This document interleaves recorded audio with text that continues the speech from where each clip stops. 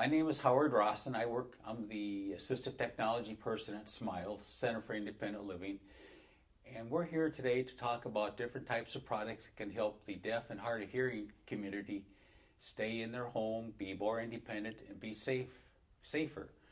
With me today is Tony Davis, who is a person who is hard of hearing and lives in the Mankato area. Welcome, Tony. Thank you.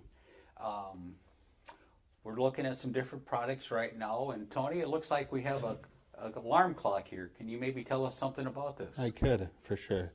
This is a sonic boom alarm clock, which is very popular and used by many deaf and hard of hearing individuals. The reason why we might use this is because we'd want to wake up in time for work. We'd also want to be able to maybe wake up in time for a doctor's appointment. Without a device like this, we might oversleep easily. So what this does is when it goes off, it can shake under the bed, but it can also ring very loudly. So oftentimes we would put a device or a bed shaker like this between the box spring and the mattress. But if somebody is a heavy sleeper, we would put this between the mattress and the pillow, and it'll shake vigorously and wake them up easily. I'll give you a demonstration of this right now.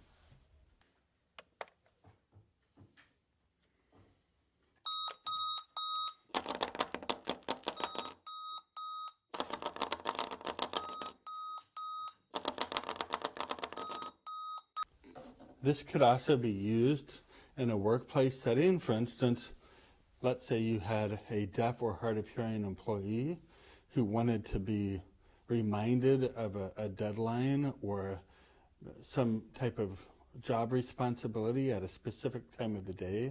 This could be put under the chair, under a mat or something like that, and help somebody be reminded that there was a task at hand. Interesting. I also see there's a telephone cord attached to this. There is also a telephone cord attached to this. This would plug into the phone line with a splitter, and then when the phone rings, this would alert somebody to know that the phone was ringing. The alarm would go off just like it would any other time then? The alarm would go off and light up, and the bed shaker would also shake if the phone was to ring. Okay, well, great.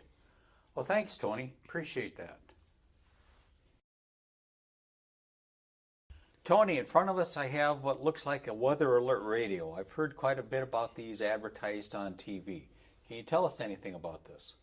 Yes, this is a Midland weather alert radio working along with silent call alerting equipment. This right here is a strobe light, and this over here is a bed shaker. The bed shaker would be placed between the box spring and the mattress, or between the pillow and the mattress, depending on whether somebody's a light sleeper or a heavy sleeper. And it would shake in the event that there was a severe weather alert. This right here would flash a strobe light at somebody in the event that there was a severe weather alert.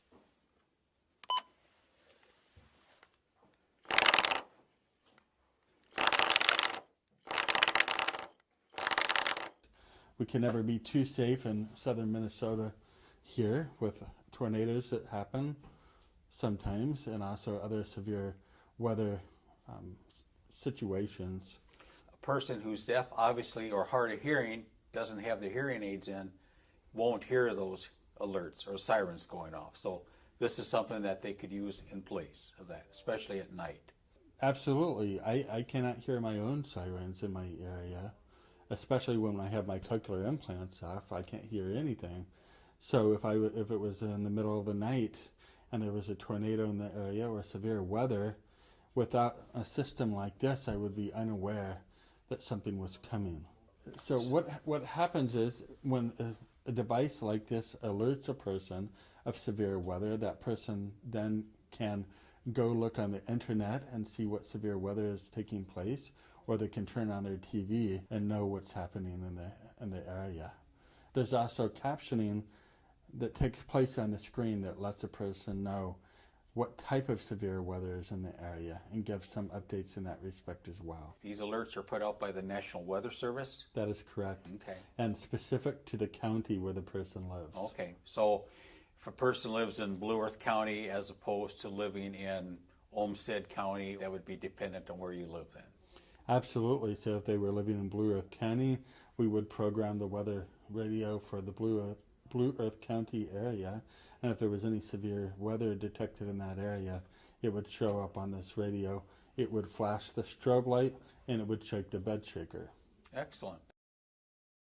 Tony, we have a couple other items here. One looks like a smoke detector and the other one says it's a carbon monoxide detector. Can you tell us something about these? This is a great smoke detector that's very easy to use and can be set up by a person who's borrowing it from you. You can put a nail on the wall or a screw in the wall and just actually hang it up on the wall. And this plugs into a general outlet. When it's strobing, it seems to penetrate through the eyelids. That's how bright it is. And so in that respect, it's safe. So I'll go ahead and give you a demonstration of this. I might be able to see in 3 days, since that was pretty bright. Well, great. And the other device here? This is a carbon monoxide detector, which can be placed just a couple of feet off of the ground next to a bed. This light right here, the strobe light right here, can sit on a table next to the bed, and it will flash brightly just like the smoke detector that we just showed you. We'll give you a demonstration of this right now.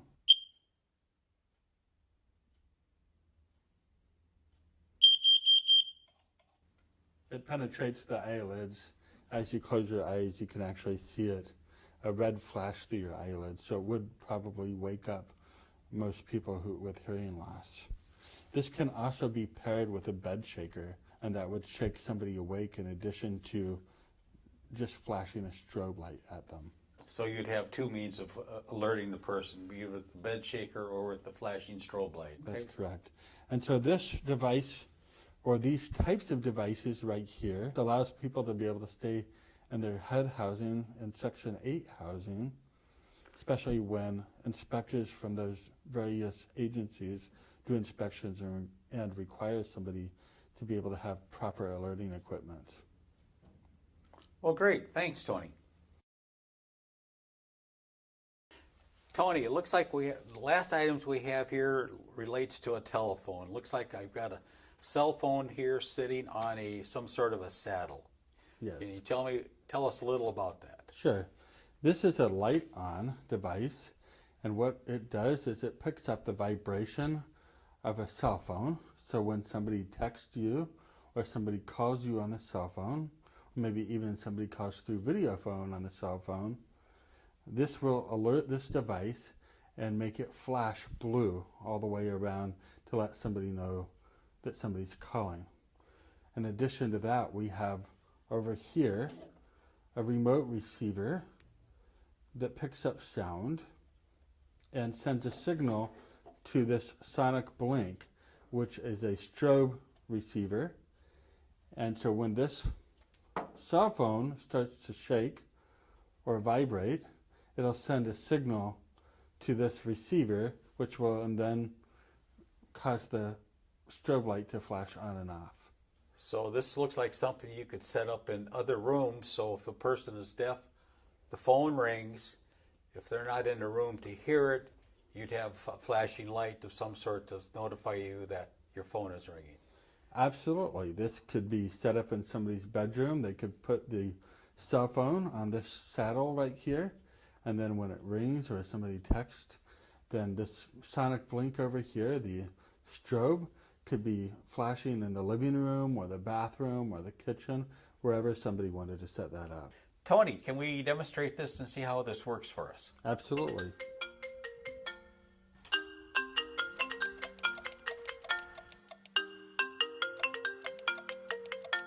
Thanks, Tony, for the demonstration. Sure. Thank you.